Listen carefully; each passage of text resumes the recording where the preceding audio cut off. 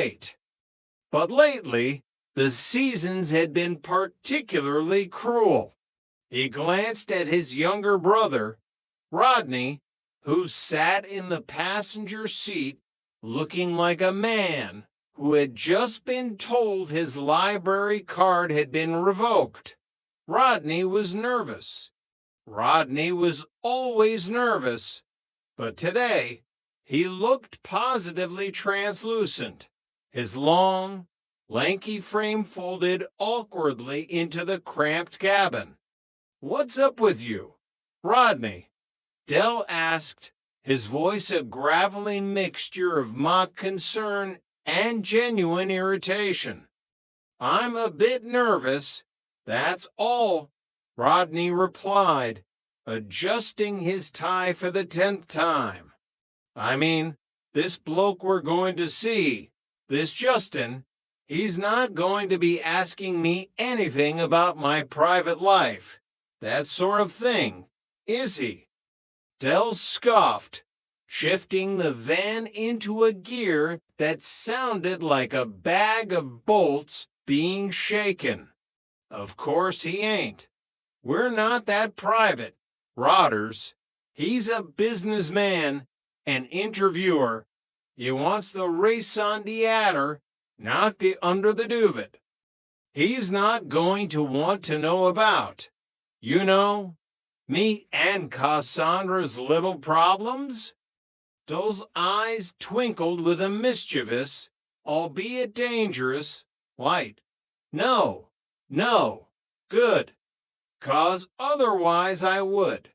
What problems? Me and Cassandra haven't got any problems." Rodney stared ahead. "That's not what you said to me the other night." "All right. So there's been 1 or 2 minor hiccups in the bedroom department," Rodney conceded, his voice dropping an octave as if the gear stick might be listening. "But they're personal, Dell, and I told you that in confidence." All right, keep your hair on," Dell said, waving a gold-ringed hand dismissively. "I'm not going to be telling him about jiffins and things, and I won't tell him what Cassandra wears, either." As they pulled up to the sleek, glass-fronted office building that served as their destination, the ghosts of their past seemed to linger in the exhaust fumes. They were no longer the millionaires of a few years back. The Trotter Towers dream had been replaced by the familiar concrete of Nelson Mandela House. But Del Boy didn't do defeat. He did intermission. Chapter 1, The Insight. Justin was the kind of man who wore a suit that cost more than those first 3 cars combined. He sat behind a mahogany desk that was polished to such a high sheen that Dell could see his own reflection, and he liked what he saw. To Justin, this was an interview. To Dell, it was a pitch. "Sorry to keep you waiting," Justin said, his voice smooth and professional. "It's been a particularly busy morning. Now, I've got all the basic details about your business career, etc. But what I'd like to do is to get an insight into the real you." Dell leaned back, his camel hair coat draped over the chair like the skin of a conquered beast. He crossed his legs, revealing a flash of white sock that screamed Peckham Executive. He adjusted his gold D pendant, making sure the light caught it just right. "How you started, how you became so successful," Justin continued, leaning forward. "But more importantly, your lives and your raison d'etre." Rodney winced at the French. Dell, however, bloomed. "Oh, No.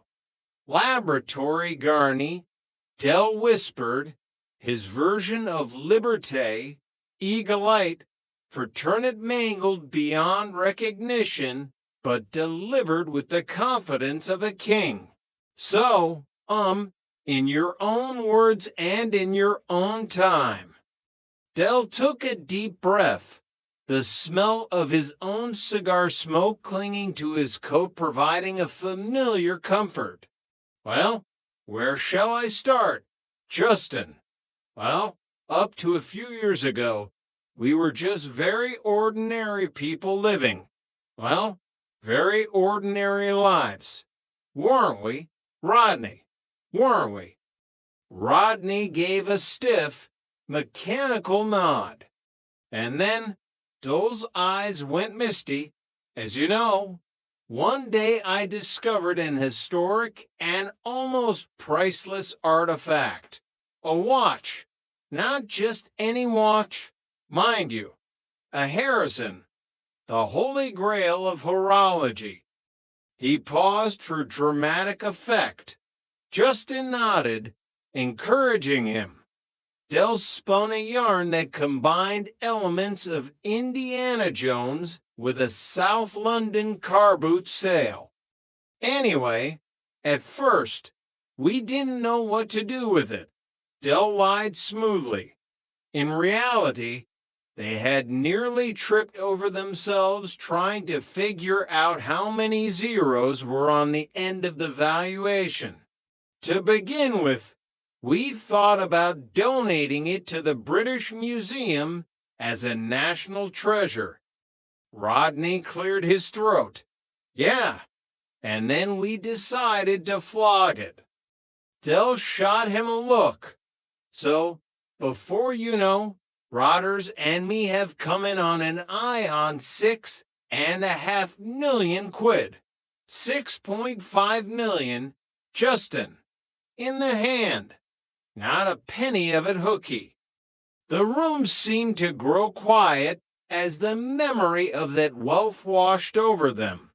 It had been a time of helicopters and villas, of champagne that didn't taste like fermented apples, and of a world that finally seemed to recognize the genius of Trotter's independent traders.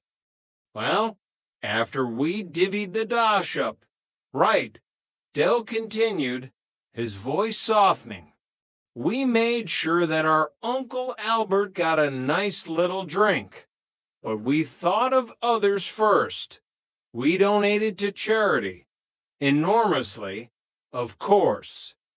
Enormously, Rodney echoed, though his mind was likely calculating the exact cost of the donations versus the cost of the cigars Dell had smoked during that period.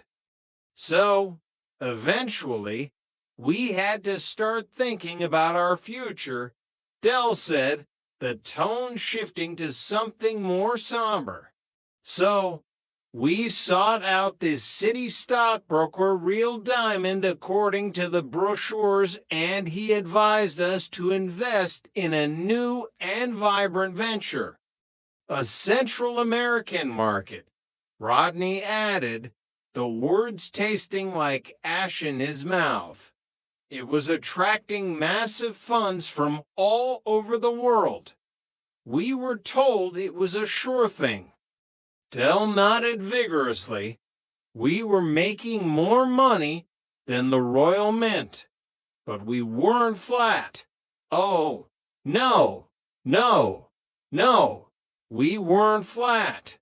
I mean, even when we went away on business, we always took the family with us.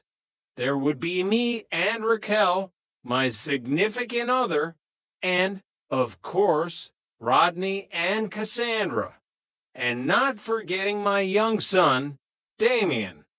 Chapter 2: The High Life and the Deep Fall. The memory shifted to the sun-drenched shores of their brief paradise. Dell could almost feel the heat on his back and the cold condensation of a